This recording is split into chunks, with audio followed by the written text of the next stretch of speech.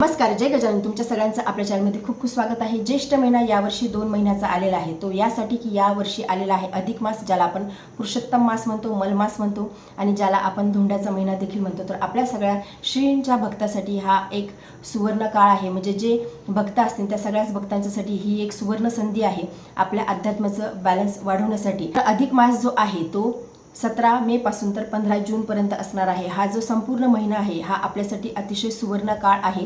तो कसा मी तुम्हाला पुढे सांगणारच आहे. तर आजच्या व्हिडिओमध्ये आपण जाणून घेणार आहोत की पुरुषोत्तम मासमध्ये आपण काय करावं आणि काय करू नये. कलियुगामध्ये एक औषध आहे, ते म्हणजे नामस्मरण किंवा भगवंत भक्ती. हे सगळ्यात मोठं औषध आहे, टॉनिक आहे असं म्हणायला हरकत नाही. त्यामुळे तुमच्याकडून जेवढी शक्य होईल तेवढी भक्ती या महिन्यामध्ये करण्याचा प्रयत्न करा. त्या अगोदर आपण बघू की या महिन्यामध्ये काय करावं आणि काय करू नये. तर या महिन्यामध्ये कुठलेही शुभ कार्य केले जात नाही, जसं की लग्न असेल, मुंज असेल किंवा घरभरणी, वास्तुशांती ज्याला आपण म्हणतो, गृहप्रवेश, ते या महिन्यामध्ये केले जात नाही. म्हणजे कुठलेही शुभ कार्य या महिन्यामध्ये केले जात नाही. हा जो महिना आहे हा भक्तीसाठी प्रसिद्ध आहे. भगवान श्रीहरी विष्णू आणि माता लक्ष्मीची भक्ती सेवा या महिन्यामध्ये केली जाते. त्यासोबतच तुमचे जे काही इष्ट दैवत असेल त्यांची भक्ती सेवा पूजा तुम्ही या महिन्यामध्ये करू शकता. अनेक जण अनेक नियम या महिन्यामध्ये घेतात, जसे की एक वेळ जेवण करून एक वेळ उपवास करून या महिन्यामध्ये राहतात, किंवा मग कुठला तरी एक नियम, कुठल्या तरी ग्रंथाचं पारायण, तुम्ही श्री गजानन विजय ग्रंथाचं पारायण करू शकता, किंवा तुम्हाला ज्या ग्रंथाचं पारायण करायचं असेल त्या ग्रंथाचं पारायण तुम्ही या महिन्यामध्ये करू शकता. या महिन्यामध्ये तुम्ही जो कुठला नियम कराल, म्हणजे तुमच्या शरीराला जसं सहन होईल तसं, तुम्हाला जसा वेळ मिळेल तसा, म्हणजे अनेक जण वर्किंग आहेत, मग तुमच्या वेळात वेळ काढून तुम्हाला जे जमेल ते, विष्णू सहस्त्रनाम असेल किंवा श्री गजानन विजय ग्रंथाचं पारायण असेल किंवा बावन्नीचं वाचन असेल किंवा महाराजांच्या स्तोत्राचं वाचन असेल, संपूर्ण महिना एकही दिवस न चुकू देता तुम्ही ती गोष्ट फॉलो करण्याचा प्रयत्न करा. म्हणजे जो नियम तुम्ही ज्या दिवशीपासून घेतला, म्हणजे 17 तारखेला 17 मेला हा महिना सुरू होणार आहे, अधिक मास सुरू होणार आहे, तर 17 तारखेपासून तर 15 जूनपर्यंत तुम्ही या नियमांचं पालन करण्याचा प्रयत्न करा. कारण की या महिन्यामध्ये जी केलेली भक्ती आहे ती भक्ती आपलं अध्यात्माचं जे बॅलन्स आहे ते वाढवून देणार. तिथी आहेत, हे सणवार आहेत, हे यासाठीच येतात की आपण अत्याधिक भगवंत भक्ती करू शकू, आपलं जे अध्यात्माचे जे बॅलन्स आहे ते आपण वाढवू शकू. त्यामुळे या महिन्यामध्ये कुठला तरी एक नियम घेण्याचा प्रयत्न करा. म्हणजे अजून वेळ आहे अधिक मास सुरू व्हायला, तर तुम्ही ठरवा की तुम्ही कुठली एक सेवा करणार आहे, भगवंताच्या चरणी रुजू करणार आहात, महाराजांच्या चरणी रुजू करणार आहेत. त्यानुसार मग तुम्ही तो एक नियम घेण्याचा प्रयत्न करा आणि तो नियम संपूर्ण महिनाभर तुम्ही फॉलो करण्याचा प्रयत्न करा. म्हणजे स्त्रियांचा जर का मासिक पिरियड सोडला, 4-5 दिवस जर सोडले, 5 दिवस समजा, तर त्यानंतर मग तुम्ही कंटिन्यू करण्याचा प्रयत्न करा. पुरुषांचा तर काही प्रॉब्लेमच नाही, ते संपूर्ण भक्ती सेवा करू शकतात, त्यामुळे त्यांचा काहीच प्रॉब्लेम नाही. फक्त स्त्रियांचीच अडचण आहे. तर एक 4-5 दिवस जाऊ द्यायचे आणि मग आपले जे काही कंटिन्यू जी भक्ती आहे, जी सेवा आहे ती करायची. तुम्हाला जर का श्री गजानन विजय ग्रंथाचं पारायण करायचं असेल ते देखील तुम्ही करू शकता, किंवा विष्णू सहस्त्रनामाचं पाठ देखील तुम्ही यामध्ये करा. जिथे भगवान श्रीहरी विष्णू यांची सेवा केली जाते तिथे माता लक्ष्मीचं आव्हान करायची गरज नाही. तिथे माता लक्ष्मी साक्षात त्या घरामध्ये असते. लक्ष्मी ही फक्त काही पैशाच्या स्वरूपामध्ये नसते, लक्ष्मी ही अष्टस्वरूपामध्ये असते. त्यामुळे आपल्या घरामध्ये सगळं काही बॅलन्स राहावं, माता लक्ष्मी ही अष्टस्वरूपामध्ये आपल्या घरी चिरकाळ राहावी, यासाठी अधिक मासामध्ये एक कुठला तरी नियम करण्याचा प्रयत्न करा. तुम्ही श्री गजानन विजय ग्रंथाचं जर तुम्हाला पारायण करायला आवडत असेल, समजा आता प्रत्येकाचा भाव वेगवेगळा असतो, महाराजांवरती खूप निष्ठा असते, मग तुम्ही तसं श्री गजानन विजय ग्रंथाचं पारायण करण्याचा प्रयत्न करा. श्री गजानन विजय ग्रंथामध्ये सांगितलेच आहे की ज्या घरामध्ये श्री गजानन विजय ग्रंथ वाचला जातो त्या घरामध्ये कधी कशाची कमतरता पडत नाही. माता लक्ष्मी सदैव तिथे वास करते. त्यामुळे तुम्ही श्री गजानन विजय ग्रंथाचं देखील पारायण करू शकता. श्री गजानन महाराजच आपल्यासाठी भगवान श्रीहरी विष्णू आहेत, त्यामुळे तुमची निष्ठा जशी असेल तसं तुम्ही करू शकता. म्हणजे तुम्हाला श्री गजानन विजय ग्रंथाचं पारायण करायचं किंवा विष्णू सहस्त्रनामाचं पाठ देखील तुम्ही त्यासोबत करा. एक नियम म्हणजे एक तुम्ही ठरवून घ्या की सकाळी करायचं आहे की दुपारी करायचं आहे की सायंकाळी करायचं आहे. त्यानुसार मग ज्या वेळेमध्ये तुम्ही करत असाल, सकाळी जर का तुम्ही श्री गजानन विजय ग्रंथाचा एक अध्याय वाचणार असाल, विष्णू सहस्त्रनामाचा पाठ करणार असाल, तर मग तसं तुम्ही तुमचं ठरवून तुम्ही घ्या, किंवा बावन्नीचं वाचन असेल किंवा स्तोत्राचं वाचन असेल, त्या वेळेमध्ये मग त्याच रोजच्या टायमिंगला तुम्ही करण्याचा प्रयत्न करा. म्हणजे आता खूपच इमर्जन्सी आहे, कुठेतरी जायचं काम पडलं, मग थोडंफार इकडे तिकडे झालं तरी सुद्धा चालते, पण मग परत मग आपण कंटिन्युटीमध्ये यायचं आणि परत मग कंटिन्यू ती सेवा करायला सुरुवात करायची. तर अधिक मासामध्ये खूप महत्त्व आहे भक्तीचं, सेवेचं. तर तुम्ही नक्की करण्याचा प्रयत्न करा. एक कुठला तरी नियम स्वतःला लावून घ्या, ज्यामध्ये तुम्ही विष्णू सहस्त्रनाम, त्यासोबतच तुम्ही नारायण कवचाचा पाठ करू शकता, त्यासोबतच तुम्ही श्री गजानन विजय ग्रंथाचं तुम्ही पारायण करू शकता, किंवा श्री गजानन महाराजांचं 52 स्तोत्राचं तुम्ही वाचन करू शकता, किंवा कुणाला काहीच नाही जमलं, वेळ नाही, तर तुम्ही नामस्मरण करण्याचा तरी प्रयत्न करा.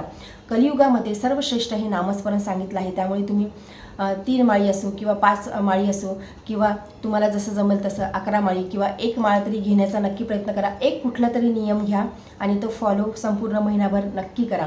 तुम्ही स्वतःमध्येच तुम्ही चेंजेस बघायला सुरुवात करा, की स्वतःमध्ये पॉझिटिव्हिटी येते, स्वतःमध्ये चेंजेस व्हायला सुरुवात होते, आपली जी निर्णय क्षमता आहे ती वाढते, भगवंताचं एक कवच आपल्या भोवती राहते. त्यामुळे नक्कीच तुम्ही एक नियम घ्या आणि तो फॉलो करण्याचा नक्की प्रयत्न करा. तर कधी वेळ नाही मिळाला, समजा एखाद्या दिवशी खूप काम असलं, परंतु रात्री झोपण्याच्या पूर्वी ते वाचण्याचा प्रयत्न करा. जे तुम्ही ठरवलं आहे ते श्री गजानन विजय ग्रंथाचा एक अध्याय असेल, किंवा 52 स्तोत्र, किंवा विष्णू सहस्त्रनाम, किंवा नारायण कवच देखील तुम्ही वाचू शकता. नारायण कवच ही भगवान श्रीहरी विष्णूची खूप सुंदर आणि छान सेवा आहे, की नारायण कवचाने देवतांचे देखील रक्षण केलं होतं. त्यामुळे नारायण कवच वाचावं, आवर्जून वाचावं. सोबतच धोंड्याच्या महिन्यामध्ये लेक आणि जावायला बोलून धोंडे खाऊ घातल्या जातात. जे इव्हाई आहेत त्यांना देखील इव्हाई जावयांना बोलून धोंड्याच्या महिन्यामध्ये पाहुणचार केला जातो, त्यांना धोंडे खाऊ घातल्या जातात. प्रत्येकाची पद्धती वेगवेगळी असू शकते. तर 33च्या स्वरूपामध्ये 33 कुठलीही क्वांटिटी 33 दिल्या जाते. बत्ताशे असतील किंवा अनारसे असतील, किंवा आमच्याकडे अशी पद्धत आहे की पुरणपोळी आमरस केला जातो.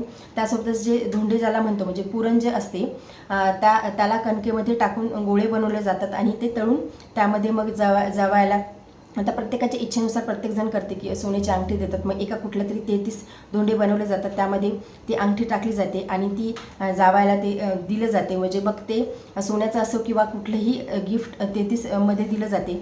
तसं देवांना नैवेद्य जो दाखवला जातो, देवांना जे वाण दिलं जाते ते देखील 33 दिलं जाते. 33 धोंडे असतील.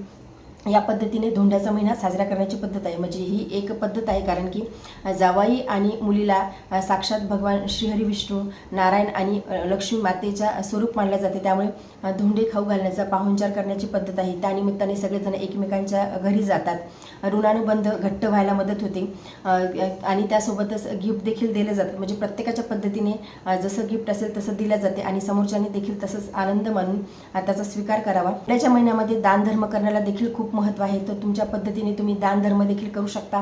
म्हणजे मला तर असं वाटते की दान कसं करावं, नेहमी करता समोरच्याला, म्हणजे आपण दान काय देतो, काहीतरी पैशाच्या स्वरूपामध्ये, म्हणजे गिफ्टच्या स्वरूपामध्ये आपण दान देतो. तर आपण दान देताना समोरच्याला असंच दान द्यावं की त्याच्यासोबत ते चिरकाल राहील. म्हणजे आपण दान असंच करावं की ते दान चिरकाल टिकेल. म्हणजे कसं की आपण आहोत तेव्हाही आणि आपण गेल्याच्या नंतरही, म्हणजे त्या दानाने समोरच्या व्यक्तीचा उद्धार होईल असंच काहीतरी दान करा. मग तुम्ही ग्रंथाच्या स्वरूपामध्ये कुठलं तरी दान देऊ शकता, किंवा काही तुम्हाला जे वाटेल ते, म्हणजे तुम्ही ग्रंथाच्या स्वरूपामध्ये तुमची जी इच्छा असेल तो ग्रंथ समोरच्याला तुम्ही दान देऊ शकता, भेट देऊ शकता धोंड्याच्या महिन्यामध्ये. त्यासोबतच माळ ज्याला आपण म्हणतो ती तुम्ही दान देऊ शकता. दान देणं म्हणजे माळ घालायला त्या व्यक्तीला हे करणं, किंवा श्री गजानन महाराजांच्या सेवेमध्ये आणणं. त्या व्यक्तीला तुम्ही महाराजांचा महिमा बोलून दाखवणं. म्हणजे प्रत्येकाच्या आयुष्यामध्ये काही ना काही प्रॉब्लेम आहेत. म्हणजे माझं स्वतःचं वैयक्तिक असं मत आहे की आपण भक्ती मार्गाला कुणाला तरी लावावं, आणि त्यासारखं दुसरं पुण्य नाही, किंवा त्यासारखं दुसरं कुठलंच कार्य होऊ शकत नाही, किंवा त्यासारखं कुठलंच दान होऊ शकत नाही. मग तुम्ही समोरच्याला माळ देऊ शकता की माळ धारण कर, कारण आपल्याला माहिती आहे की तुळशीचं महत्त्व किती आहे. तुळस आपल्या गळामध्ये असणं किती गरजेचं आहे, तुळशीचं पाणी आपल्या अंगावरती पडणं किती गरजेचं आहे. ज्या व्यक्तीच्या गळ्यामध्ये तुळशी माळ असते त्या व्यक्तीचा उद्धार होतो हे निश्चित आहे. मग तो व्यक्ती भक्त असो किंवा नसो, परंतु ज्या व्यक्तीच्या गळ्यामध्ये तुळशीची माळ आहे त्या व्यक्तीचा उद्धार हा होतो. आणि हा धोंड्याचा महिना आहे, अधिक मास आहे, पुरुषोत्तम मास आहे आणि तुळसी हरिप्रिय आहे. त्यामुळे तुम्ही हे देखील दान देऊ शकता. म्हणजे आता हे माझं मत आहे, प्रत्येकाला जे जसं दान द्यायचं तसं दान तुम्ही देऊ शकता. तर या पद्धतीने धोंड्याचा महिना हा आपल्याला साजरा करायचा आहे, किंवा हा आपला एक सण आहे.